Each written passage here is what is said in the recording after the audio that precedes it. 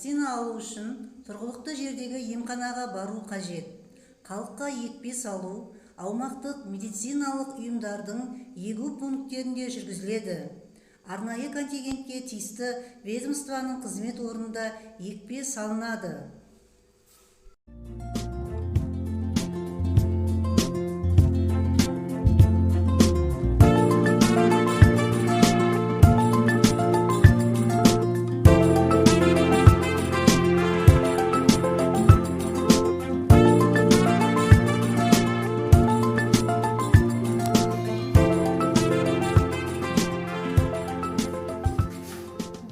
Құрметті Жібек жолының ауылының тұрғындары, сіздерді елімізде болып жатқан коронавирустық пандемияға қарсы вакцина алуға шақырамыз.